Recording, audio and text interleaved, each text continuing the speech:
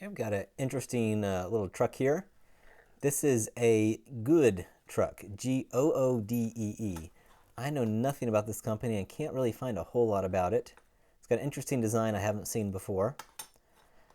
The wheels here, see how they're put in, and these are either a really hard rubber or a plastic. It's hard for me to tell. What I have found is this is probably was made sometime in the 50s, making it fairly old. This build today is going to be a commission piece. I don't normally do commissions. I don't like commissions. But this is from someone special to me. Wanted me to create a autumn or a fall themed truck. It's popular in my area to get pictures of your family in front of an old truck filled with pumpkins, and usually it's an orange or a rust colored truck. This is like, it's a local thing, at least around here. I don't know if it is everywhere. But it's usually a truck that looks very similar to this, and this one already has some broken pieces that I can use to built-in weathering. I'm not going to fix those. I'm going to use them as part of the build. So this is going to be a pretty simple build. I'm going to strip it off and paint it orange, and then I'm going to 3D print some pumpkins to put in the back. So about as simple as one can get, but these simple ones are often a lot of fun. I'm also planning on trying to experiment with some weathering. I might make it look like there's some rust in there and some rust around up in there. Maybe some rust spots in here. I've never done that before, but I think it sounds like a lot of fun. So we're going to give that a try. So anyway, first thing we have to do is put this in the stripper, and let's pray that the stripper does not eat away at this rubber or these plastic, because there's no way I'm replacing this. I just have no idea how I could possibly get this out and put a new one in without breaking something permanently. So we're just going to have to hope for the best.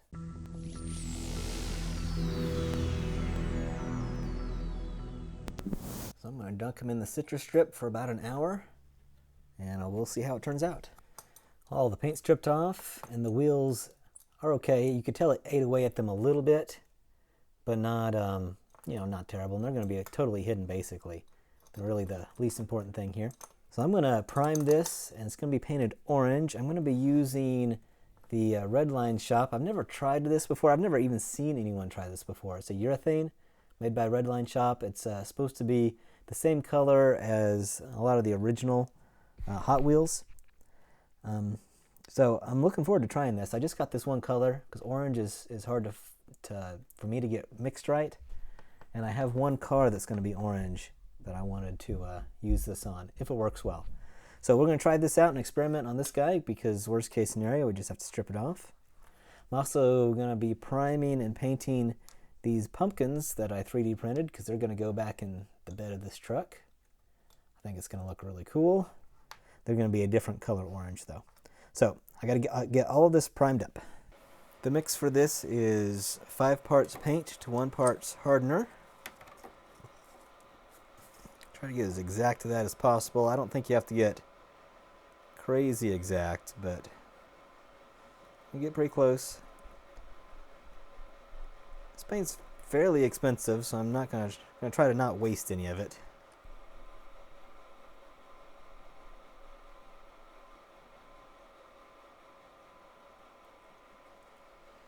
You've got a 2-hour working time, it says. That's plenty of time.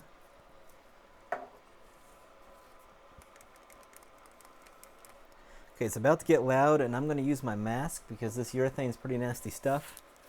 So I'm not going to be talking.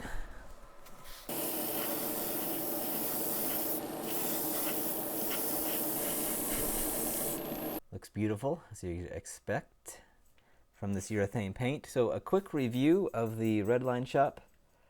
Urethane, solid colors. This is their line that is not the Spectraflame. It's good paint. It goes on beautifully, like all urethane. I mean, it doesn't compare to anything. It goes on so well. It was a lot more transparent than I was expecting. This took about 1/3 of a bottle to get where it's at, which is a little disappointing. I was expecting it to be more opaque, and I was expecting to maybe get 5 or 6 cars out of this bottle, but I think I would only get 3 tops, and even that might be pushing it, because it's so transparent. So given its cost, and that you don't get very much out of the bottle, it doesn't last long. This is a hard sell unless you're looking for this exact color. And that's the reason I purchased it. I have a car that I need this exact color of orange for restoration, so that makes it worth it. Otherwise, it's a hard sell. But anyway, this itself looks beautiful. I mean, there's not a clear coat on that. That is just straight as it is. It's beautiful. Also, while I was waiting for that to dry, I 3D printed this. Let's see if I can move this out of the way. I 3D printed this awesome Victory Star Destroyer. It looks so good. I mean, look at the detail. It is awesome. So I'm going to paint this up. Has nothing to do with this build. I just wanted to show you.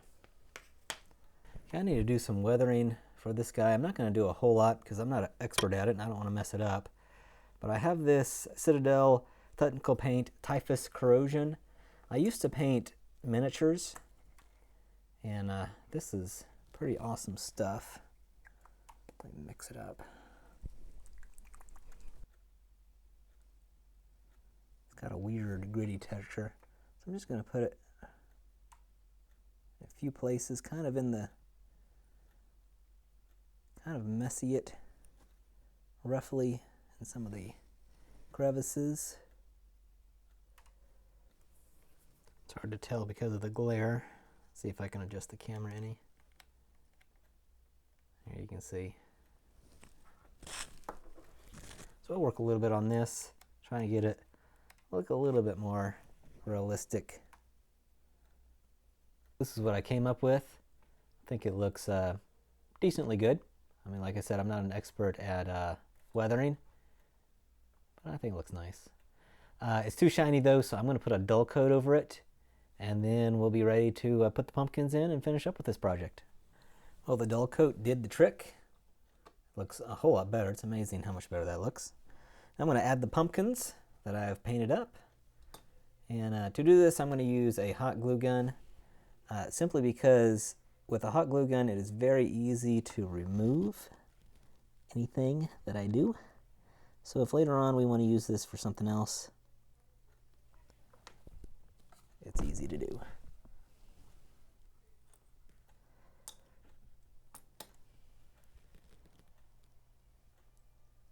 I think it looks great. Now remember, this isn't meant to be a restoration. I mean, it does roll just fine, but that's not really the point. It's going to sit on a desk and be a decoration for someone.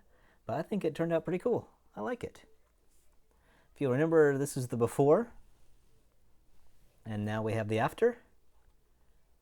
And I hope you like this little bonus episode. This isn't going to be one of my main episodes. It's going to be a lot shorter, I'm sure. But I hope you enjoyed it anyway, and I hope to see you in my next one.